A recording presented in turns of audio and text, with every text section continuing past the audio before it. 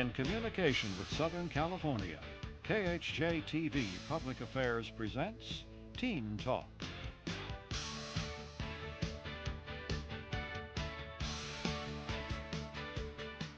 At age 18, when most teenagers were setting career goals, Barry Minkow had already become a millionaire.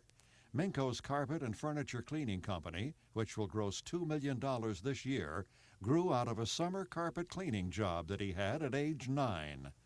When he was 15 and a 10th grader, he opened his business in the family garage with $6,000 and one employee. Whatever you may think, teenagers are definitely not all alike. Besides coming in all sizes and shapes, they also develop at different rates of speed. Today you're about to meet one teenager who is soaring ahead. He's used the winning combination of intense personal drive and the willingness to take a risk. He has become a millionaire. As Barry Minkow writes in the introduction to his book, I wasn't satisfied with the system or the usual process of growing up, so I took a chance and defied the odds of failure. I'm Joseph Feinstein, and I want you to meet our special guest on Teen Talk, Barry Minkow. Barry, welcome to Teen Talk. Just tell us a little bit of the history of how you got started with the ZZZZZ Best Carpet Cleaning Company. Z-Best was a derivative, per se, of a company or a profession that I had been in since the age of 9. And I worked in a carpet, furniture, and drapery cleaning company. At 9 years old, my mother got me a job as a telephone solicitor. Over the phone, they can't see how old you are. So it took a big mouth and enthusiasm. But they can hear your voice, and your voice is 9 years old. But I sounded like a teenage girl. And because of that, I made more sales with all the men. You got to take negatives and make them into positives. Right. So it was very interesting and very beneficial. And I was always so enthusiastic. I was a little immature, but I worked on summers, Saturdays, weekends, whenever I could. And I learned the business inside and out. I was an expert in the profession. By the time I opened my business, I knew how to clean carpets. I knew all the fabrics about draperies and furniture. And I knew how to market the business. And that's, your failure rate in opening a small business is so high because people go into businesses that they don't know what the heck they're doing. That was one advantage I had at age 15 when I opened the company out of my garage. Incredible, incredible. We were talking, and one of the things that you said motivated you was this craving and the need for attention. Well, let's talk about attention. Obviously, something you enjoy. I was always the class clown in school. I was too. Me too. And one of the things that you got to understand when you're growing up is there are so many children, and you have so much competition for the attention, and there's minimum amount of attention for a lot of kids. And in school, it was blurting out the answers because I was, a little ahead. I was a little advanced, so I'd blurt out the answers. As I grew older, I went to a military school, Ridgewood Military Academy. It's now closed. You helped close it? No, I didn't help close it, but there's a funny story. I'll tell you about it later. All right.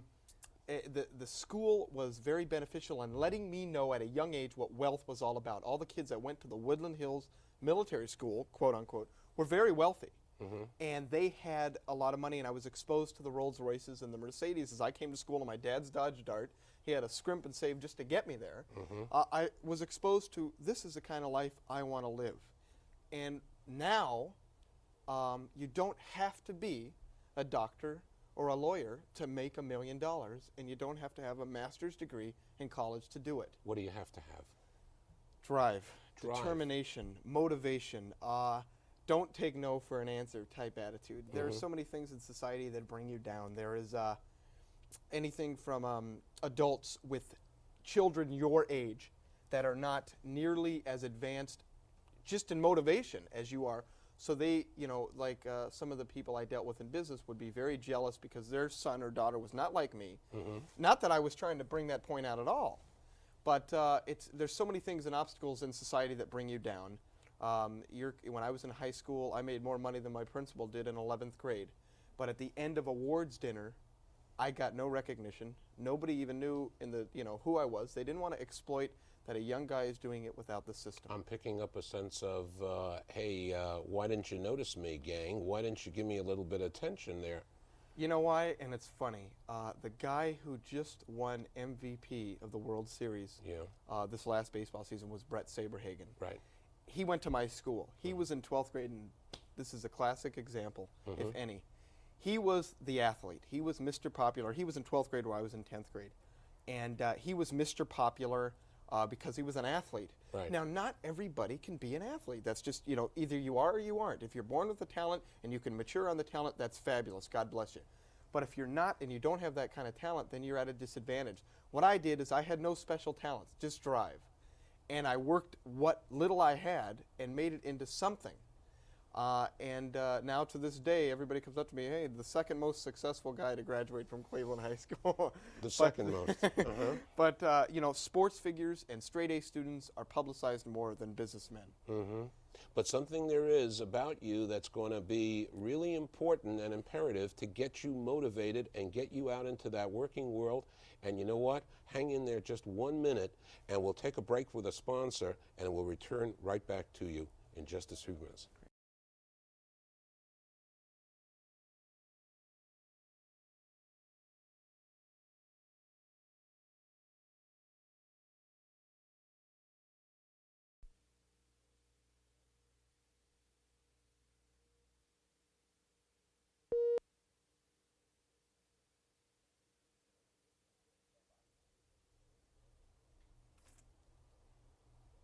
Barry Minkow has written a book entitled Making It in America, 18 Years Old and $1 Million.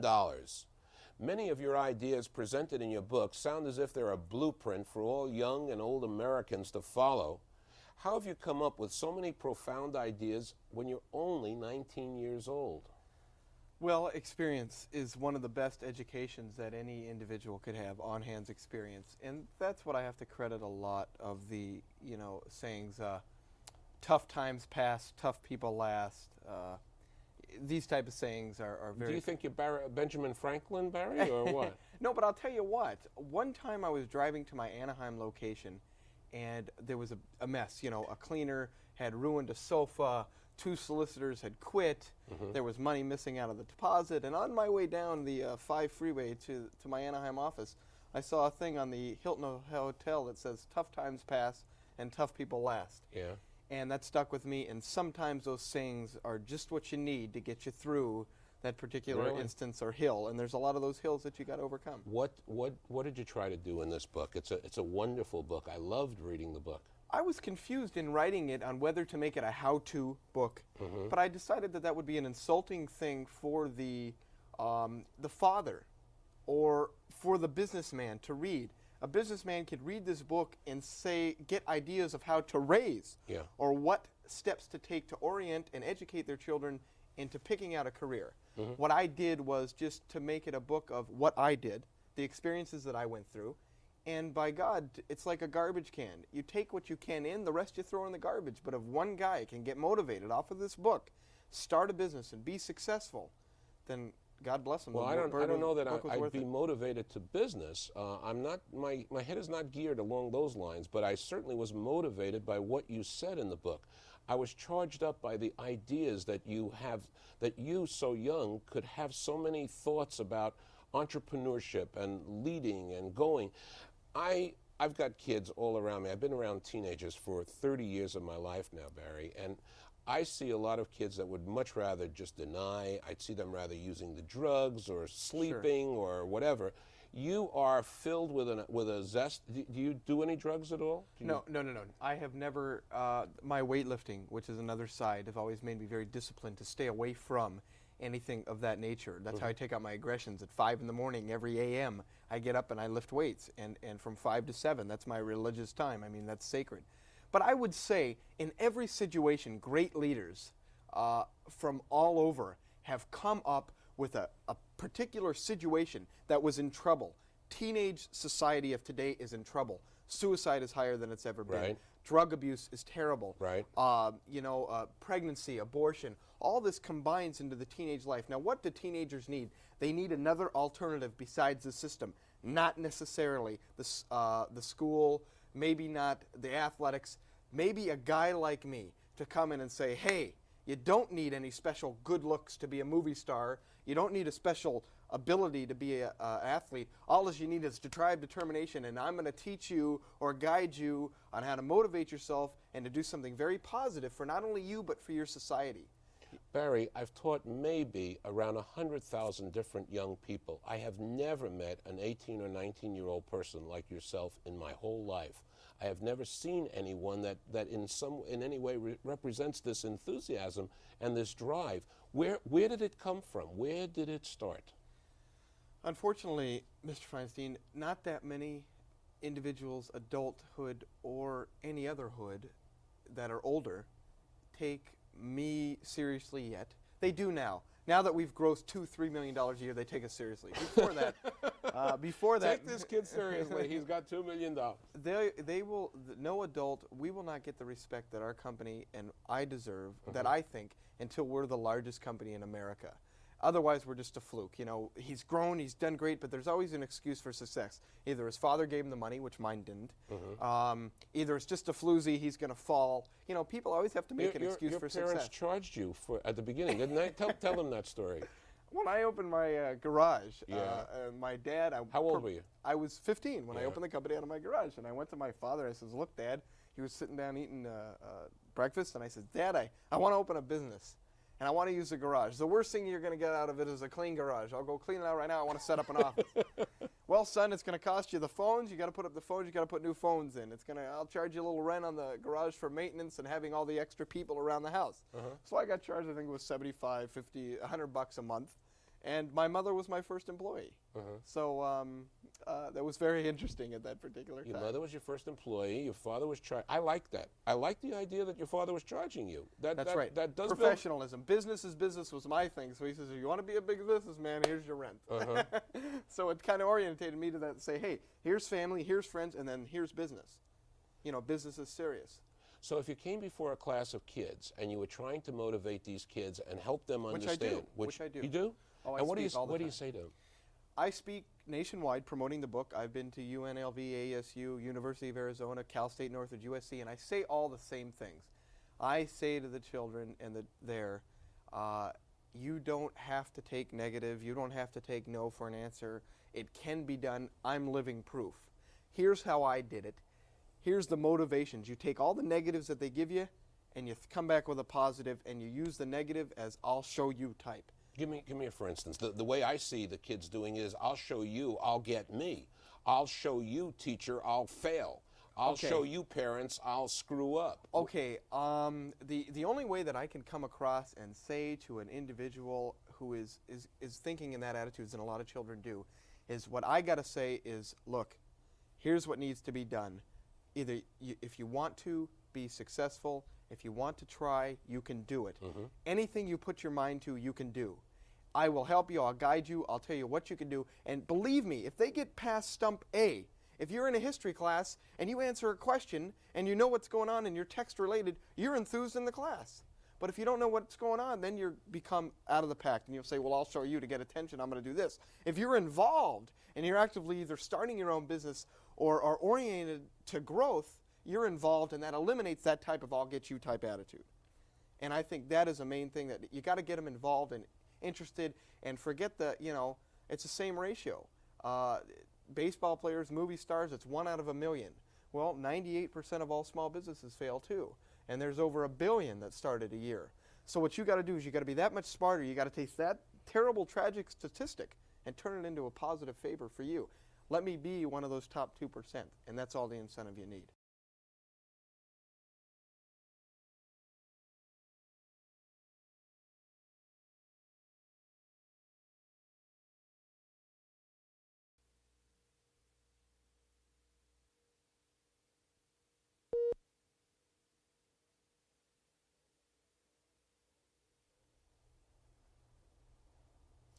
Barry Minkow has a charm, zest, and enthusiasm about life that I think we can all draw from. This young old man is the kind of person that says failure is only a small setback. And do you have a positive attitude? If not, do you want to get one? I know what you say about business and what you've been saying about life, Barry, and what do you say about yourself?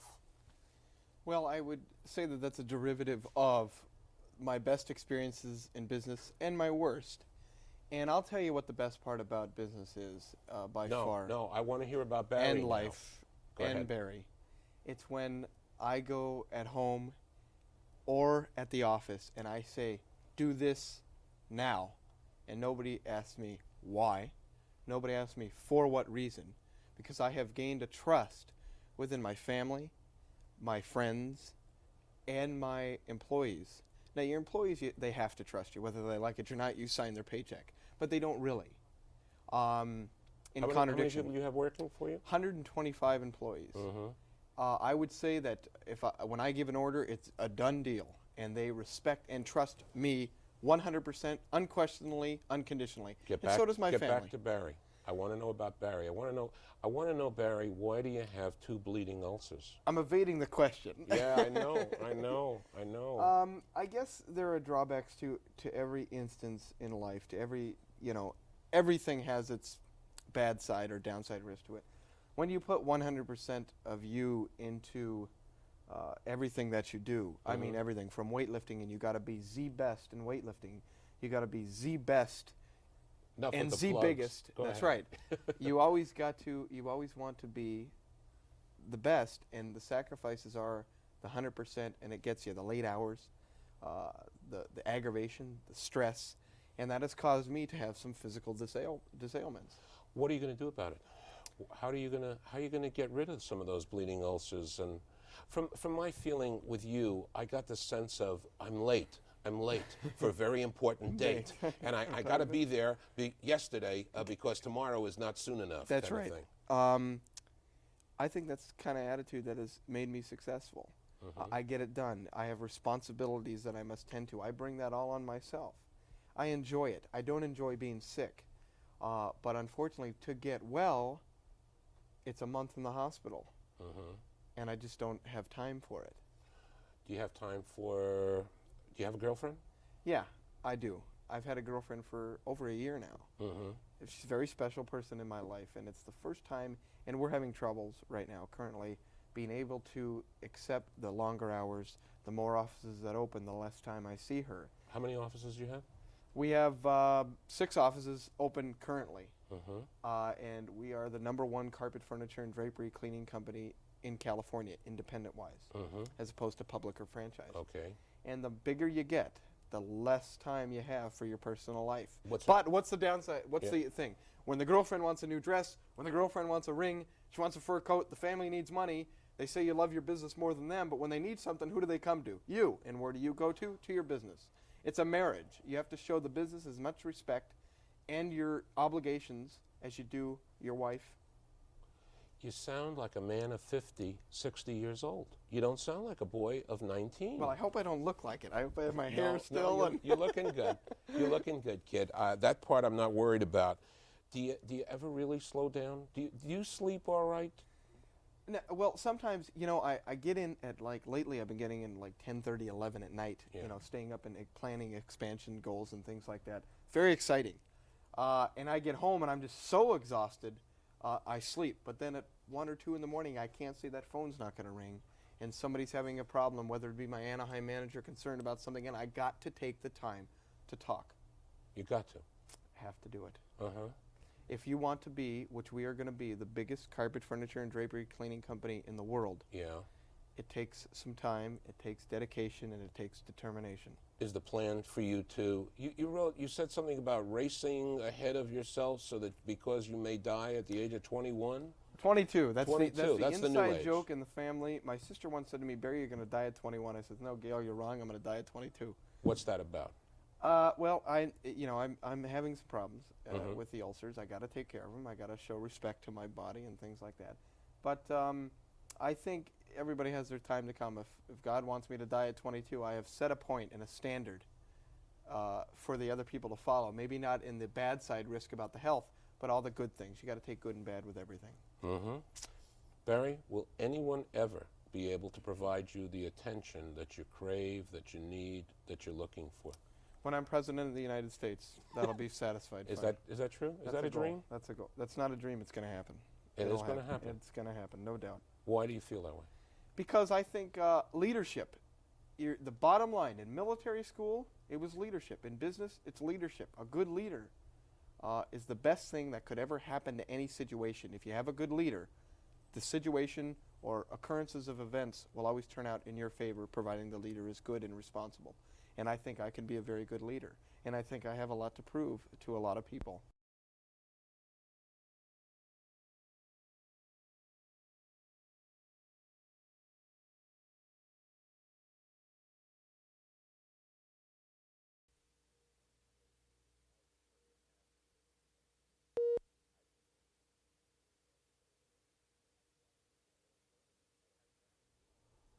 As Barry Minkow says in his book, Making It in America, in entrepreneurship, you're banking on yourself. You're relying on your knowledge, your stamina, your guts, your brains, and your ability to press on in any circumstance. If you're one of those people who wants to be an entrepreneur, if that life excites and attracts you, there'll always be those on the sidelines telling you not to do it. If you want to do it, try it for yourself. I think you'll like it. Business is a dream made of hope, sweat, and knowledge. Barry Minkow lives that dream every day. You'll find Barry's book, Making It in America, in your leading bookstores all over, all around. Barry, it's been a pleasure having you here on Teen Talk. You've set us off on a really nice kind of story of one man's experience with the business world, and Making It in America is something I know you're going to do. You've been doing it already for years and years. For Teen Talk, this is Joseph Feinstein saying we're going to see you very soon.